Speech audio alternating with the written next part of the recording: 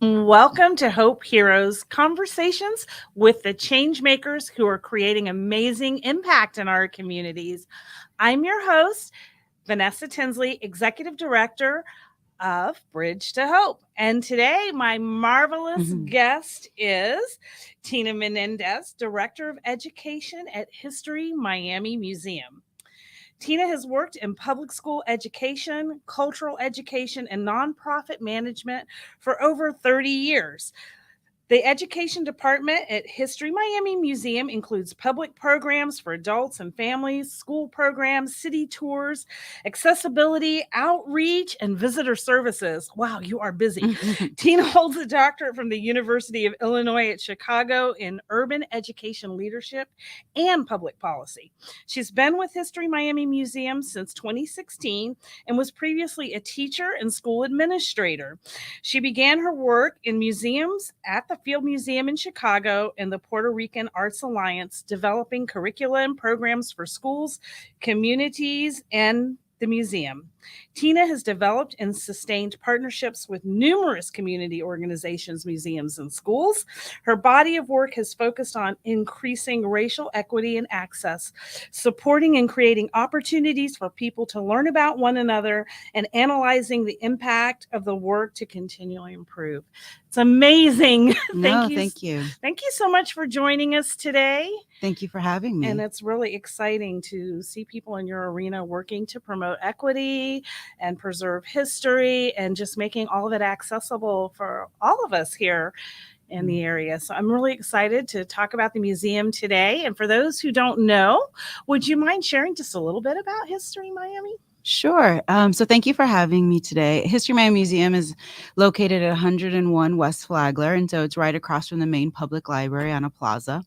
And it's been in that particular building since the 80s, and we offer lots of programming and exhibitions. And as you mentioned, that it's great to see that the work is around equity and access, and that's not necessarily always the case. And so we're working towards making sure that we're accessible and that we are here for the community that we serve, because Miami's so diverse. And so the exhibitions talk a lot about prehistory, and so over 10,000 years ago to present, to oral histories, to documenting the work that folks are doing today.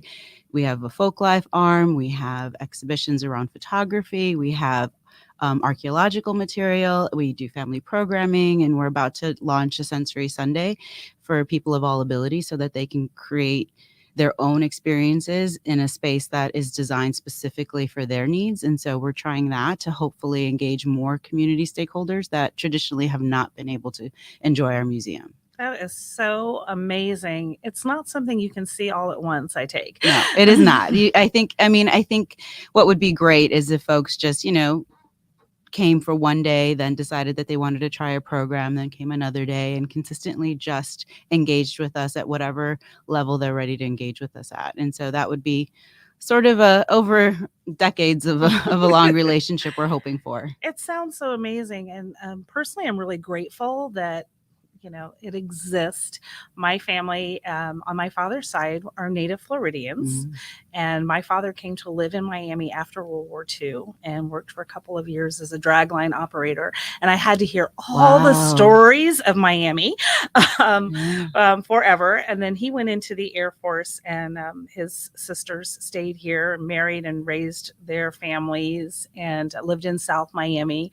And I love looking at those old black and white photos of them, sitting by the fireplace in their South Miami home, and looking at my cousin's graduation from Coral Gables Senior High, and just then it was just so small, but for my aunts it was always Miami.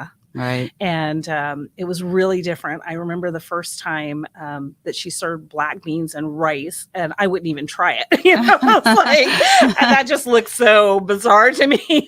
Of course, I love black beans and rice, and but it does speak to how much Miami has transformed and how much history is really here, because the Miami that they lived in, my father came back, was stationed at Homestead Air Force Base.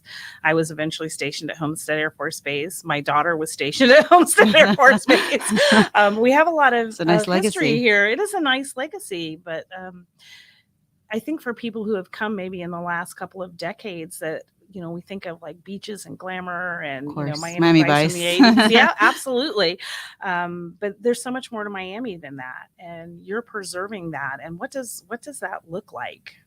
So yeah, traditionally a lot of folks just think of Miami Vice or cocaine cowboys or the beaches, right? Mhm. And I think that the history of Miami is so interesting and rich and diverse and has changed over time, over, as we mentioned, over Mm. 10,000 years ago, right? And so a lot of folks think that Miami isn't as old as Boston or doesn't have the experiences as New York. And so I think that it's important to acknowledge the varied stories and the human stories that have happened all of these years. And so like yours is Mm. a really interesting story because there's legacy that's intertwined with armed services, with family, with food. And so that's an entry point to get to know folks in Miami, to get to know history, is through human-centered approach, talking about people's lived experiences, talking about their food. And those are a lot of the things that we try to amplify at the museum in a variety of ways, whether it's through exhibitions, through programming, through oral histories, through experiences. And there's a different touch point for different folks in whatever way that they're ready to engage. But I think that amplifying untold stories or these amazing stories of all different walks of life are really important. And so that's something that I appreciate you sharing with me. But maybe you're interested, we do this thing called Miami Story, and you can record, whether it's audio, whether it's a video, or you can write a written submission of your family's history. And we would love to archive that. That's very cool. How can people who might be interested in doing that So if make that you connection? Absolutely. Thank you. So if you go to our website, which I believe is being scrolled right now, Awesome. you're more than welcome to look up our Miami Story, and you can submit yours in whatever way, whatever platform that you're interested in doing so. And we would love to engage folks in telling their own history and their own story. I think that's such a fabulous opportunity. Yeah. I'm going to have to take a closer look at that myself because I think Miami does have such a rich history and so much of it. I know Does. myself that I'm just not aware of, and I see it every day, and that's so very cool. So, having talked about that, who's the ideal candidate? Who should be coming to History Miami and seeing what you have to offer? Honestly, all ages, for many different reasons, as we just talked about. But one program that I wanted to highlight is every second Saturday of the month, we have a program called Free Family Fun Day, and it's open from 10 to 4 p.m. And activations meaning hands-on activities, tours, those kinds of things happen from around 11 to 3. But it's free and open to the public. We're really close to public transportation right across the street. And so we would love folks that want to enjoy their day, and you do not have to necessarily come with a big group. Could be one person, could be an individual, it could be a family, it could be friends, but we are open to the public for free in a way that we want to make sure that people of all socioeconomic status and people of all walks are able to engage with us. And so our free family fun days are one of those ways, because we activate the plaza and we activate both buildings in ways that we don't do on an every single day basis. And so you'll see maybe a touch table, you'll see art activities, you'll see, like, for example, on October 8th, we're going to have the Ukrainian Dancers of Miami. And so we're celebrating Ukrainian culture, and that is part of our folk life division and our artist in residence program. And so they will be partnering with my department, the education department, hosting the Family Fun Day on October 8th. And so sometimes we'll have specialized Family Fun Days centered around a local artist. I'm so excited that you're hosting such a thing. We have several Ukrainian families who have come here, refugees from the war, who are visiting our pantry. And, meeting them has been just a phenomenal experience, and hearing their stories. And, they're so displaced and they've been through so much. And that first day, the woman and she was there with two of her children. Her husband had stayed behind, and she was sharing. Thank God for all the translation programs and things that we have now so that we can communicate. That she had been trying to learn English in her journey, and she got here and she said, I'm not finding many people speak English. Yeah. And so having, to learn two languages in order to survive here was a challenge that they were facing. So I'm loving that you're celebrating their culture and allowing them an opportunity to express. The people that I have met have just been beautiful people. Mm. And it's like a little gift to us to get to know, just another culture Yeah, again, we're to very add on the excited. layers that we have here in Miami. This is my favorite thing about Miami is the diversity. Like every kind of food you could ever want to taste is here. Right. Every kind of music, costumes, people, culture. I mean, you can just experience it all, and it's just phenomenal. I've lived all over the world, and I don't think I've ever been in a city quite like this one.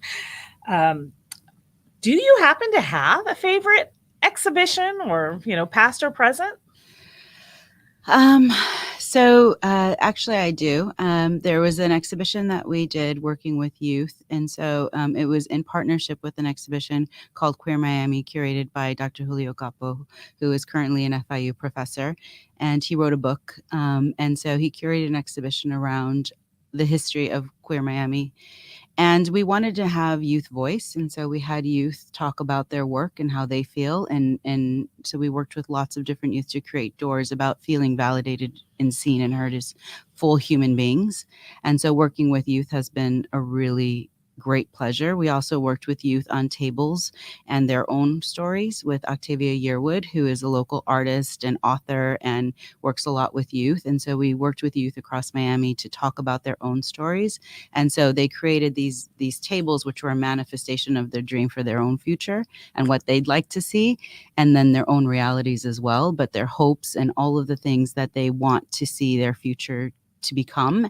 And so it was a really powerful thing to see Octavia work with the youth and be able to have these critical conversations with them about who they feel they are and what they feel they might need and what they think they see their future as and what supports they might need. And so it was great. It was over a month and over 4 weeks. They came every Saturday to work on these tables. And it was just a really great experience to create space for youth to be able to take up space and to have a voice about the work that they like to see themselves in. I think our youth so often feel unseen and unheard. How powerful to give them an opportunity to explore themselves in a safe space. Absolutely. And to share who they are. It'll be interesting to see in the future where those kids are 5 and 10 years from now. I'm sure Absolutely. this experience had an amazing impact on them. I think that's another thing that I truly love about Miami, the being that we're diverse, you are free to be yourself, and it's very safe.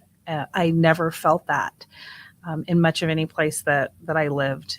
And I'm sort of racially ambiguous looking, and that doesn't work out just everywhere. But it was so wonderful to come to Miami and not have to identify. Like people just, you are who you are. And it's such a beautiful thing to be in a community that supports and elevates everyone. And I know that you all do quite a lot in the space around equity and sharing our history in a way that helps others understand the perspective of people of other races and cultures who live here. Would you like to talk a little bit about that? Because that really speaks to me. Sure, of course. Thank you. And thank you for sharing your story. I think that what we're trying to do in multiple departments at the museum is how do we engage with voices that are traditionally marginalized? How are we engaging in voices that are traditionally not heard? And in what way? And not assuming that everyone wants to tell their story right now, and not assuming that everyone wants to partner with us right now. And so that takes a lot of relationship building, and that takes a lot of meeting and working with folks wherever they are and talking about what you're interested in, getting to know them as human beings, and seeing if they'd be willing to engage with us. And so that is how we've been able to cultivate relationships to be able to do some of the work that we've been able to do. And sometimes we've missed the mark, and sometimes we've made mistakes, and we've had to own up to those mistakes, and we'd have to make amends and work through those things. But the point is to consistently make the effort to amplify stories. And so we've done that in a variety of ways, whether it's programming on Family Fun Day, creating a theme. We worked with the Asian American Advisory Board, and I believe it's Asian American and Pacific Islander Advisory Board with the Miami-Dade County. And so we were able to work with them on a Family Fun Day. And traditionally, we haven't had an exhibition recently. that was on that grand scale that highlighted all the diverse aspects of Asian culture and community, right? And so it was an opportunity that day to engage with all different folks and highlight the different foods, highlight the different arts, highlight the different folks that are interested in engaging with different people of all walks. And so that day was really important. And so we do things like that, whether it's in programming or exhibitions. And so we also had an exhibition called that was around Pedro Ban, which was pre-me before I arrived at the museum, but it was really talking about the children that actually were Pedro Pan and went through that experience. And so that lived experience was a very difficult and trying time. And so it was actually partnering with folks that experienced that themselves. And so they were pivotal in the moment of actually sharing what that work looked like for them and what that felt like and that walk felt like. And they worked with our curators at the museum to create this large exhibition around that story. And so whether it's an exhibition, whether it's the artist in residence program or this oral history projects that we're doing right now, we're doing one called that is around talking about activists around Black Lives Matter, and not just recent, but Black civil rights movement here in Miami. And so working with a lot of the elders in the community to tell their stories about what happened here. And so those are all the ways and spaces that we're trying to elevate the different stories. That's amazing. I wish we had so much more time to No, talk, because you're good. I want to unpack that in such a bad way. So you're gonna have to promise me that you'll come back, Of course. and we can talk about more of those things, because there's so much there. And what a gift to our community to have all this going on, I and to be appreciate able that.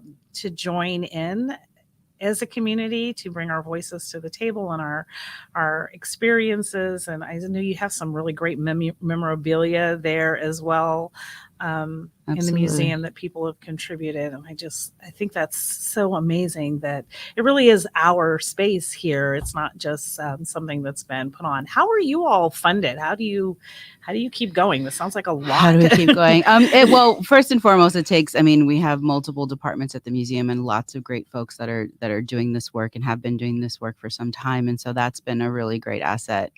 But then also through the county, we're generously supported by the county, as other museums are. And then we also get donations and sponsorships. We write a lot of grants. Thankfully, we have lots of different foundations here in Miami that are very generous. The Bachelor Foundation, the Peacock Foundation, the Kirk Foundation have been very generous specifically to my department. And so, for example, the Bachelor Foundation is funding our Sensory Sunday that we're offering that I mentioned earlier. Peacock and Kirk fund free school programs for youth to be able to come to our museum for free, because a lot of times that's a barrier for schools and teachers. And so it's been really great to get support from the community, from the actual county, but also from local stakeholders, in addition to foundations. I appreciate that so much. And I appreciate you passing that generosity on. So I'm just going to give a little plug, because the museum has been very generous with Bridge to Hope in providing our families with free tickets. These are low income families who struggle to put food on the table, for whom something like this might not be accessible, but you have made it accessible for them. And I know that eyes just light up when they see those. And we've gotten some coloring books from you as well, and the kids have really enjoyed that. And it's such a wonderful tool to help them learn a little bit about the history and culture of Miami, because these are just notions that they don't have access to, and it's just another way that you are making this such a wonderful, accessible program for everybody. And thank you for passing that along our way. And while we're talking about that, you have also not just, I want to say that you're really a part of creating the history. I always love, and I love that you featured those particular funders.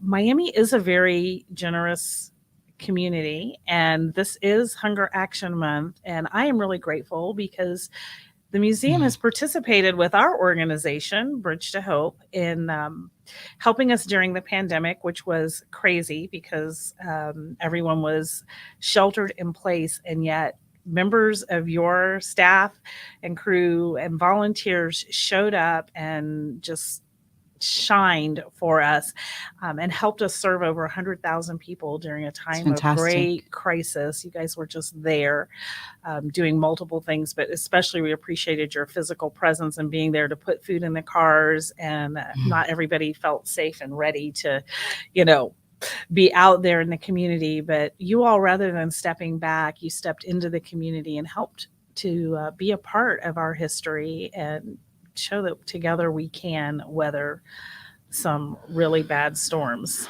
No, I mean, I thank you for that, but I honestly thank you for the work that you are doing for the community, and thank you for your willingness and openness to actually take my call when I was wondering how could we support, and I really appreciate your openness to engaging with us. And you didn't know us, you didn't know me, and so I really appreciate you taking the time to meet us and allow us to be able to help contribute in any way that we could. Well, it was an angel call for us. We were certainly very happy to hear from you. And aside from just, showing up and doing the work, which was so vital, you all did some food drives for us, which were specifically targeted to meet the needs of the community at the time. And I appreciate that you guys were looking toward what would really be a help. So often when people engage with people in need, they just think anything is okay. And Right. you all were so careful to consider the nutritional needs and the cultural needs.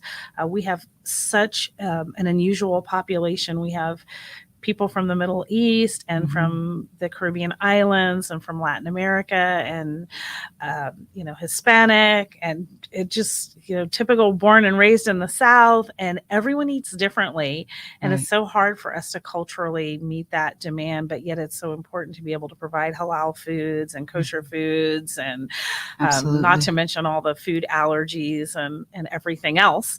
I want to share with everybody this little project that you've done that we really love. So I brought this little bag and I've smashed it all up. I'm so sorry. But one of the things that History Miami has done to really just elevate the quality of life and just bring joy to people in need here in our community is they pack these amazing birthday bags.